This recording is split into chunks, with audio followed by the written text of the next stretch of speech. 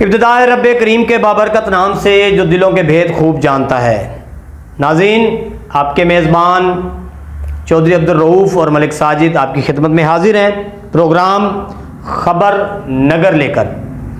नाज़रीन, जैसे कि आपको मालूम है कि पंजाब में मोहतरमा मरियम नवाज़ ने इंक्रोचमेंट और नजायज़ तजावज़ात के हवाले से बड़ा एक ग्रैंड ऑपरेशन शुरू किया। जितने भी बाज़ार थे, मार्केटें थी, उनके शेड्स गैर कानूनी थे, उनके आगे पार्किंग्स थी, उनके आगे जो थड़े थे वो सब तोड़ दिए। जहाँ से गरीब मिडिल क्लास लोग मुतासिर हुए। एक प्लान था कि तजावज़ात को ख़त्म किया जाए, आवाम को सहूलियात दी जाए, सारा कुछ। लेकिन उसके साथ साथ जैसा कि हम पहले भी प्रोग्राम कर चुके हैं कि नजायज़ तजावज़ात वो लोग भी कर रहे हैं जो बड़े बड़े प्लाजे, बड़े बड़े बिल्डिंग्स, बड़ी बड़ी चीज़ें बनाकर बैठे हैं। उनको कौन पूछेगा, उनकी कौन सरजनिश करेगा, उनसे कौन जवाब लेगा। तो नाज़रीन, पंजाब हुकूमत के ख़जाने को अरबों रुपए का चूना कौन लगा रहे हैं? ये हमारे अफसरान, हमारे ब्यूरोक्रेट्स लगा रहे हैं। जैसा कि मेरे साथी मेज़बान चौधरी अब्दुल रऊफ़ साहब पहले भी बहुत सारे प्रोग्राम कर चुके हैं और उसके अलावा एंटी करप्शन के साथ मिलके इन्होंने बहुत सारी ऐसे कार्रवाइयाँ भी की हैं जिससे उन महकमों को कंट्रोल किया जाए, उन महकमों पर हाथ डाला जाए। फाटा एक बड़ा एक तगड़ा इदारा है जो बिल्डिंग अथॉरिटीज़ को, बिल्डिंग को अप्रूवल देता है, बहुत सारी चीज़ों को देखता है। उस हवाले से चौधरी साहब, सबसे पहले तो वेलकम, आपने प्रोग्राम ज्वाइन किया। Thank you. चौधरी साहब, फाटा के वाले से पिछले दिनों भी आपके साथ प्रोग्राम किया। जी। लेकिन आज मैं जिस मुद्दे को लेकर आपसे गुफ्तगू करना चाह रहा हूँ, गुलशन मार्केट एक पुराना एक गुंजान इलाका है। वहाँ पर गुलशन मार्केट का एरिया चंद एरिया था जो कमर्शलाइज था। जी बिल्कुल ऐसे। उसके बाद जो गुलशन मार्केट चौक है उससे आगे टोटल एरिया डोमेस्टिक था, लोगों के लिए, रिहाइश के लिए था। लेकिन इस वक्त वो गुलशन मार्केट चौक से लेकर नून चौक तक टोटल एरिया कमर्शलाइज हो चुका है। बिल्कुल ऐसे ही। आया थोड़ा सा आप हमारी इस पे तवज्जो दिलवाएं, रोशनी डालें और इदारों की भी तवज्जो दिलवाएं कि क्या वो कमर्शलाइजेशन की फीसें उन्होंने पे की, क्या उन्होंने अप्रूवल ली? डोमेस्टिक एरिया में कमर्शियल जब बिल्डिंग बनती है उसके बहुत सारे लवाजमात होते हैं, बहुत सारी डॉक्यूमेंटेशन होती है। क्या सूरत हाल चल रही है? जी बहुत शुक्रिया मलिक साहब। मैं बारहा कह चुका हूँ फाटा के हवाले से कि ये लोग मामूली सी फीसिस लेकर और बाकी अपने इंटरेस्ट में ये लोग काम स्टार्ट करवा देते हैं। ठीक है। और उसके बाद अपनी जेबें भरने में ये लोग लग जाते हैं और ख़जाना वहीं का वहीं रह जाता है। अब आप ये देखें कि मुल्तान में बहुत अरसे से एक डायरेक्टर हैं सरफराज, वो तैनात हैं फाटा के। ठीक है। अब डिप्टी डायरेक्टर साबका महीनों में वहाँ से रिटायर हो गए, तो किसी नए बंदे को मौका देना चाहिए था। लेकिन ये सीट इतनी पुरकशिश है कि सरफराज जो है वो यहाँ पर सांप बनकर इस सीट पर जनाब वो बरजमान हो गए। हालांकि उनका स्टेटस नहीं है, वो सीनियर मोस्ट आदमी है, वो डायरेक्टरशिप पे पहले से थे। उन्हें जरूरत क्या पड़ी हुई थी? मतलब जो डायरेक्टर फाटा जो है वो डायरेक्टर भी हैं और डिप्टी डायरेक्टर भी हैं। और ये चीज़ जो है ये तमाम चीज़ों की कलई और पोल खोल देती है कि वो उनके पास ये चार्ज क्यों है। और ये सिर्फ चार्ज नहीं है, बाकायदा तौर पर मुल्तान का, डीजी खान का और ये लोधरा बहावलपुर के नोटिफिकेशन दिए गए हैं कि आप इन इलाकों को एज ए डिप्टी डायरेक्टर भी देखेंगे। क्या ज़रूरत पड़ी हुई है? आखिर कोई वजह है ना। तो बारहा हम इस चीज़ को नोटिस कर चुके हैं और आला काम से शेयर कर भी चुके हैं, मगर इस पर ना तो कोई कार्रवाई होनी है और ना ही कभी होगी। अच्छा जो सब इसमें ये देखें, जब एक डोमेस्टिक जगह को कमर्शलाइज किया जाता है तो उसके एक रूल्स हैं। मतलब अगर आप एक गुंजान इलाके में एक बहुत बड़ी एक सेटिंग है, वहाँ पर पार्किंग का एक रूल है कि 20 फुट गालबन में कहते हैं 20 फुट से कम पार्किंग, पार्किंग नहीं है उसकी, उसको अलाउ नहीं किया जाता, उसको पास ही नहीं किया जाता नक्शा। जी मैं एक बहुत ज़रूरी बात यहाँ पे आप जो है वो शेयर करूँगा। अभी चेज़अप 2 बना है, बिल्कुल ये रशीदाबाद, बिल्कुल उसकी जो सिर्फ और सिर्फ गलती ये है कि वो 15 फीट पार्किंग उन्होंने लेफ्ट की थी, 5 फीट नहीं छोड़ी थी। ठीक है। इंतजामिया ने उसे सील कर दिया, जो कि आज तक कई माह से सील है। बिल्कुल। उसमें आप देखें नुकसान किसका हुआ? ऑनर का, जो कि बिल्डिंग ऑनर है। नुकसान किसका हुआ? जो बिजनेस ऑनर है। नुकसान किनका हुआ? जो वहां पे एम्प्लॉइज है Workers हैं, उनको बिल्कुल। कितने माह से तनख्वाह नहीं मिल रही, सिर्फ इस पदार्थ बेरोजगार हो गए, में कि बेरोजगार उन्होंने 5 फीट पार्किंग नहीं छोड़ी। जुल्म देखें, उनके साथ एक शोरूम है, वो भी उसी लेन में है, उसकी भी पार्किंग कम है, उस पर भी 15 फुट उसको छोड़ी कोई हुई है। पूछने वाला नहीं है। इस साथ पे बैंक है, उन्होंने भी 15 फुट छोड़ी हुई है। एक ही सीक्वेंस से उनकी जनाब लेन है, तो उन्हें कोई पूछने वाला नहीं है, सिर्फ ग्रजेस निकाले गए हैं चेजअप पे।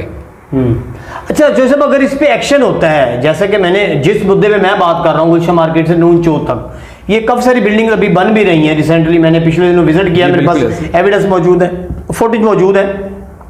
अभी न्यू बिल्डिंग्स बन रही हैं और उनकी जोसेफ पार्किंग 5 से 6 फुट है। एग्जैक्टली आप अंदाजा करें कि देखें वहां एक सिर्फ बाइक खड़ी करने की जगह है। अब जो गाड़ी आएगी, अब वो वहां पर ब्रांड्स बन रहे हैं, वहां पर मतलब गारमेंट्स की शॉप्स हैं और काफी सारी हैं। गाड़ी बड़ी आएगी तो रोड पे खड़ी होगी, रोड पे खड़ी होगी और कंजक्शन होगी और ट्रैफिक डिस्टर्ब होगी, फ्लो। इसका मतलब है कि मंथलियां इनकी लगी हुई हैं और ये मतलब भारी रिश्वत इन्होंने लेकर उनको खुली छूट दे दी है। बिल्कुल और वो अपनी मर्जी से वो मतलब वहां पर डोमेस्टिक जगह पर कमर्शियल जगह बना रहे हैं। सर मेरी सिर्फ एक बात का जवाब दे दें कि एक डायरेक्टर को डिप्टी डायरेक्टर का चार्ज लेने की जरूरत क्या है कि जिसने कंफर्म चार्ज लिया हुआ है? आखिर इसमें कोई तो चार्म है, वरना तो इसमें तो साफ एक ही चीज नजर आ रही है कि अगर डायरेक्टर बैठ के कुछ लेता देता है, अगर डिप्टी डायरेक्टर और आ जाएगा तो वो उसको डिस्टर्ब करेगा। बिल्कुल ऐसे, इसलिए दोनों होते अपने पास रखे हुए हैं ताकि मुझे कोई डिस्टर्ब ना कर सके। बिल्कुल बिल्कुल ऐसे। ये बड़ा मतलब है कि वो है, इस पे क्या कानूनी कार्रवाई होनी चाहिए, किस तरह इसको लेके चलना चाहिए? ये देखें, ये अवामुन नास का भी नुकसान है। खास तौर पे इस वक्त हमारा मुल्क जिस क्राइसिस में चल रहा है, तो पंजाब गवर्नमेंट को बहुत सारा ये धचका है अरबों रुपए का। अगर ये कमर्शियलाइज जितनी, मेरे ख्याल पे तकरीबन कोई 200 से 250 प्लाजा मैक्सिमम ऐसे ही है दोनों साइडों पे अगर देखा जाए। अच्छा वेल, इसमें मैं एक और बात करूं, वहां पर एक और प्लाजा बना है नया, राफे मार्ट, आपने भी देखा होगा शायद, उसकी पूरी 20 फुट पार्किंग है। पार्किंग पूरी। तो अगर वो लोग अपनी पार्किंग पूरी छोड़ के बैठे हैं, उन्होंने पूरी फीसें पे की हैं, उन्होंने कमर्शियलाइज करवाया है, बिल्कुल उसकी जो फीसें वो गवर्नमेंट के खजाने में गई हैं। बिल्कुल जी। ये जो लोग 5-5, 6-6 फुट पार्किंग छोड़ के बैठे हैं, मतलब इन लोगों ने और इदारे ने मिलके पंजाब गवर्नमेंट के रेवेन्यू को चूना लगाया है। बिल्कुल ऐसे ही, सीधी सी बात है ना। अगर ये चीजें इकट्ठी हो, ये रेवेन्यू इकट्ठा हो, तो कितना बजट जो है ना इकट्ठा होगा, कितना पैसा इकट्ठा होगा पाकिस्तान के, पंजाब की गवर्नमेंट के मंथली करोड़ों रुपए की जो लीकेज हो रही है, करोड़ों रुपए की लीकेज हो रही है। मैंने जो बहुत डीपली इस पे रिसर्च करवाई अपनी टीम से, एक प्लाजा कमर्शियल होने के ये लोग 30-30 लाख रुपए भी ले लेते हैं सिर्फ एक प्लाजा से, ठीक है। जबकि जो टोटल वैल्यू होती है उस जगह की, उस टोटल वैल्यू का 20% इन्हें कमर्शियल फीस पे करना पड़ता है, ठीक है, जो कि लॉ है फाटा का। लॉ है बिल्कुल। लेकिन ये लोग 4-5% पे करवा के भी वोचर साथ में लगा के अपना काम स्टार्ट करवा देते हैं और बाकी फिर वो मतलब अंडर प्रोसेस चलता रहता है, वो फीस खा जाते हैं। अंडर हैंड इनके साथ सेटिंग हो जाती है ना, बस फिर वो सारे मामला। अच्छा जोसेफ, जैसा कि आपने डायरेक्टर फाटा सरफराज साहब की बात की, तो उनके खिलाफ आजकल खबरें बहुत सारी लग रही हैं, बहुत सारे उनके खिलाफ स्कैंडल्स भी आ चुके हैं, लेकिन अभी तक इंतजामिया की कान पे जूं जग नहीं रहेंगी। इंतजामिया ने कोई एक्शन क्यों नहीं लिया, क्या वजह है? डीजी फाटा के साथ भी आपका राब्ता रहता है, थोड़ा उस हवाले से बताइएगा। ख्वाजा सिकंदर शाहिद साहब जो है नए डीजी आए हैं सैफ अनवर जफ़ा साहब के बाद, मेरी उनके साथ डिस्कशन रहती है। उन्होंने मतलब बड़ा स्ट्रांगली स्ट्रिक्टली उन्होंने जो है ना वो एक मुझे बात कही थी कि आई विल टेक इनिशिएटिव। ये जो पंजाब लेवल पे इसको देख रहे हैं, जो डीजी पंजाब हैं, तो उन्होंने इनिशिएटिव आज तक उन्होंने भी कुछ नहीं लिया। इसका मतलब क्या है? ये माफिया बहुत स्ट्रांग है, इनके हाथ बहुत ऊपर तक है। जब इन पे कोई इस किस्म का प्रॉब्लम या इस किस्म का प्रेशर आने लगता है तो ये लोग फ़ौरन पॉलिटिकल अप्रोचेस MNAs मिनिस्टर्स को अरेंज करते हैं और अपने मामला सीधे कर लेते हैं। अच्छा सब टाइम शॉर्ट है, इजाज़त लेते हैं। नाजरीन, बिल्कुल इसी तरह है कि जब हुकूमती इदारों के ख़िलाफ़ बोला जाता है, जब हम बोलते हैं तो फिर हमें बहुत सारे प्रेशर देना शुरू किए जाते हैं कि इन पे प्रेशर दो और ये बात इनकी दबा दी जाए। लेकिन हम बात किसकी कर रहे हैं?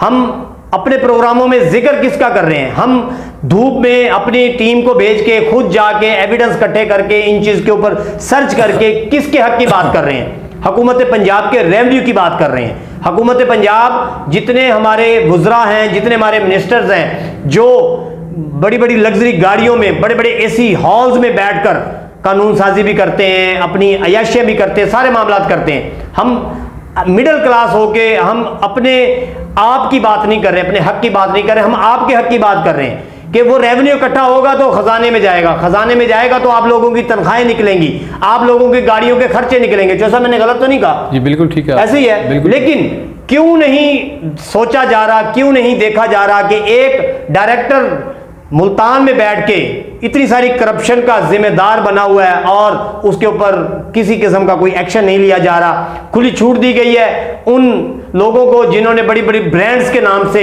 अपनी शॉप्स बनाई हैं, प्लाजे बनाए हैं, लेकिन गवर्नमेंट को उन्होंने फीसें पे की, ना उन्होंने कोई डॉक्यूमेंट के हवाले से अपनी चीज़ें पूरी की और वो खुल्लम खुला अय्याशी के साथ, धड़ल्ले के साथ अपना काम कर रहे हैं। नाज़रीन, इसी बात के साथ चाहते हैं इजाज़त। इंशाल्लाह इसी तरह के और इश्यूज़ पे दोबारा हम बात करते रहेंगे और हम इंशाल्लाह कभी झुकेंगे नहीं, छुपेंगे नहीं, रुकेंगे नहीं, आपको हक़ाइक़ से आगाह करते रहेंगे।